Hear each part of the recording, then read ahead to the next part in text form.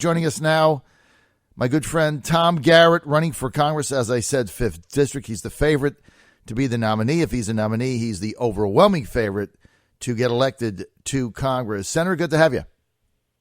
John Fredericks, if you are in Bedford County or Fauquier County, it's not too late to pre-file to be a delegate. But I want to ask you, are we in the twilight zone? When I came on hold, I heard Don McEachin answer 2 questions, and both of them, he actually made sense. What's going on?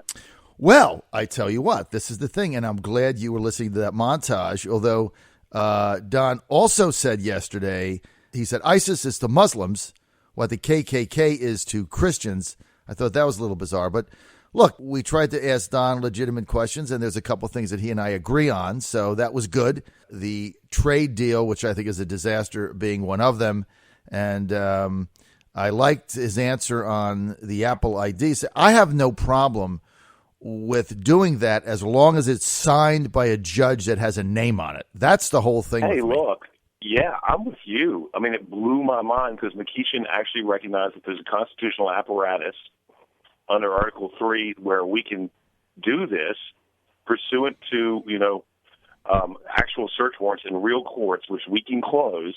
And we don't need to create extra constitutional courts to execute the process. I don't know where that Don McEachin was during the General Assembly session.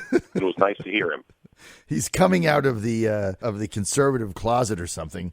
But I have to say, I interview a lot of people, obviously, and it is what it is. We are who we are. But I asked him a lot of detailed questions yesterday, Senator. And we got off the phone with him, and Michael and I were like, wow, I mean, the guy really knows the issues. I agree with him or not. He had his substantive answers. I had another candidate on a couple weeks ago that had no idea what I was talking about in 80% of the things I asked. Let me channel my inner John McClane from Die Hard and say, welcome to the party, pal. Yeah, I mean, look, you're running for Congress. In a time like this, you would expect that a candidate for Congress is running for a reason, that they have a very in-depth knowledge of what's going on and they have a sense of what they're going to do.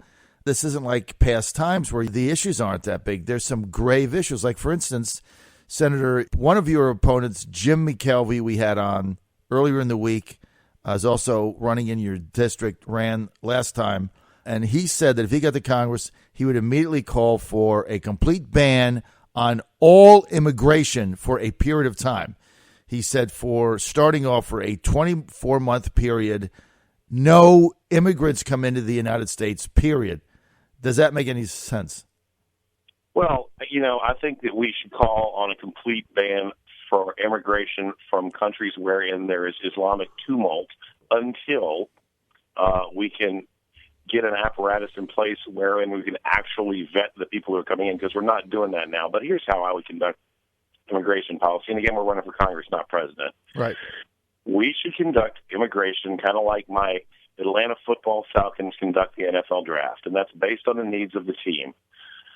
Right now we're in a circumstance where north of 50% of legal immigrants are on federal aid, and yet we're running a massive deficit with a massive national debt. Why? Unless there's some secret desire to kill ourselves as a nation, are we doing that? So in other words, if you're illiterate and can't bring anything to the labor pool, we're sorry, we don't have room for you right this second. Oh, wait, you're an astrophysicist or a machinist or something like that. Wait a second, where are you from? Oh, there's no tumult. We can vet you and ensure you're not going to be here to kill Americans and destroy our nation. Come on in. A lot of people are in, the jingoism game, throwing the proverbial baby out with the bathwater. America is a nation of immigrants, but we should control which immigrants come in, because our first duty and responsibility is to the citizens of the nation. Absolutely. So that makes sense to me. Let's get to the budget. They're fighting in Congress again. We just had Dr. Whitman on. He's pulling out his hair, saying, we're going on in another recess. Nothing is resolved. And he said, look, you could just hit the rerun button. We're going to squabble, go on recess, go on vacation, get to November, do an omnibus because they can't shut the government down. It's going to be the same thing over again. And then we get these congressmen in. They all say they're going to cut the deficit, cut the budget, etc. Perfect example, Scott Ridgell said, I'm a businessman. I'm running for Congress for one reason: cut the deficit, cut the deficit, cut the deficit. He was in there 3 terms, voted for every single budget to increase the deficit. Why is Tom Garrett going to be different than these other politicians who say one thing, get there, Tom, and then do something else? What's going to be different? I guess history is a pretty good indicator of the future, and I'm 1 for 5 in voting for budgets. So all kinds of people can talk about how they'll vote against the budget. I've actually done it. At the end of the day, there's an apparatus for budgeting in the Constitution, and the responsibility of the legislative branch is to do such. And candidly, if you want to abide by the Constitution, then these shutdowns seem to be. And look, 83% of the federal government continues to operate during a shutdown. So who are we kidding?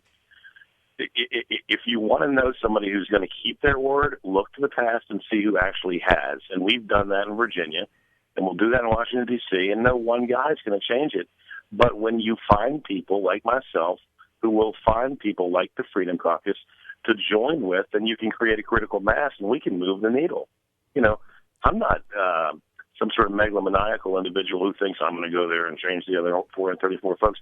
I'm going to find the folks who share our values, and we're going to get together, and we're not going to say no. We're going to say heck no. We're going to hold up the Constitution and say this is the formula for success, and collectively we can get it done. But people ask me what budget would you vote for, and I say a balanced one. And, you don't believe it, put me to the test. I got a long history of not doing what I'm told to do just to advance my own political career. Just ask Thomas K. Norman. That would be true. Senator, let's get to some core issues right now. Let's get to the Middle Eastern situation. At some point in time, whether it's a President Trump or Clinton or Cruz or whatever, somebody's going to have to come to Congress with an authorization for military action. They're going to ask for troops, 10,000, 50,000. It's going to be something. It's coming. How do you stand? Look, there's nobody that's going to do more to defend America than Americans. And relying on Arab allies is relying on people who most times are incompetent at best and in league with the enemy at worst. What we need to do is be willing to find and identify the enemy, go in and engage the enemy, destroy the enemy, and then leave a proverbial note nailed to the door that says, to whom it may concern, if you target Americans or our allies in the future, we'll be back and kill you too. One thing that needs to be understood is the governments have a fundamental interest in self-preservation.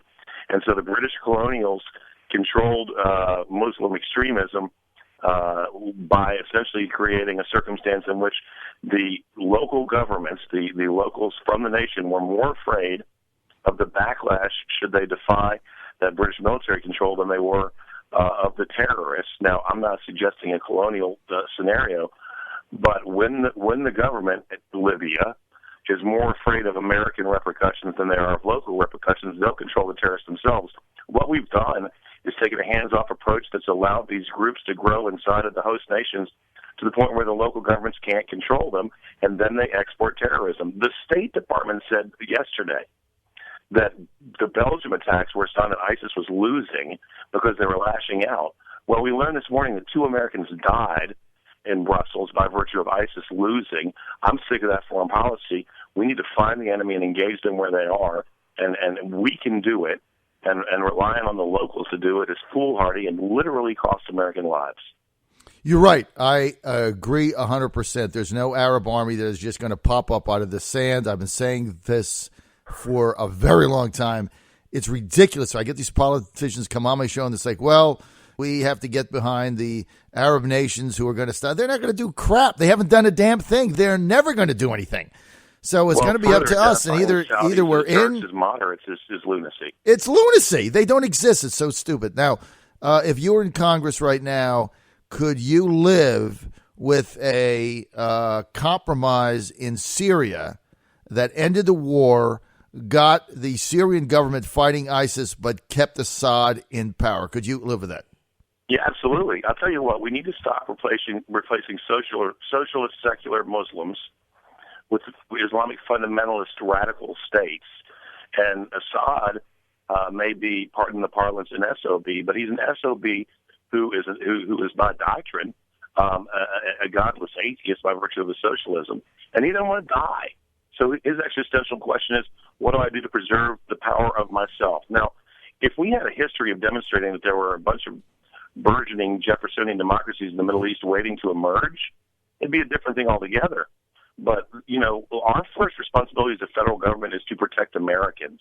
And creating instability in that region by removing, the Gaddafis of the world, horrible though they may be, has demonstrated palpably that it cost American and allied lives.